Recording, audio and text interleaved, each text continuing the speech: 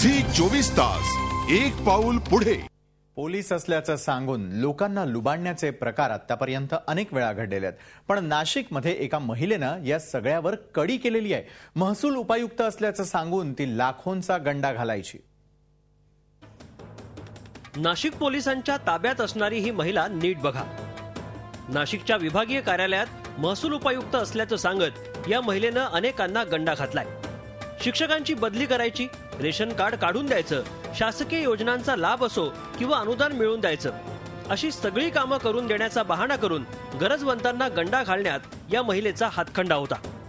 याच पद्धतीनं नाशिकच्या मिलिंद नेरे यांच्याकडे पत्नीची बदली करण्यासाठी 40,000ची मागणी तिनं केली आणि 15,000 रुपये घेऊन तिनं पळ काढला। आपल्या नावाची व्हिजिटिंग कार्डही या महिलेनं बनवली। त्यांचे आई आली होती आणि ते दोघं जण आले होते, तो सेन्सेसरी काय होतं आणि लगेज होता, सर्व होतं। ID प्रूफमध्ये ते राशन कार्डची झेरॉक्स होती आणि फोन नंबर ओरिजिनल दिलं, वाजून पाहिलं तर त्यांच्यामुळे असं वाटलं नाही। मी तुमची बदली करून देऊ शकते। मी नाशिक महसूल विभागात उपायुक्त या पदावर काम करते म्हणे, तर तुम्हाला माझ्या अधिकारात ही बदली मी करून देऊ शकते, परंतु त्याच्याबद्दल मला 40,000 ते 50,000 रुपये तुम्ही द्यायला हवे। फसवणूक झाल्याचं लक्षात आल्यानंतर पोलिसात तक्रार करण्यात आली। त्या आधारे सीमा पाटील या महिलेला पोलिसांनी ताब्यात घेतलं।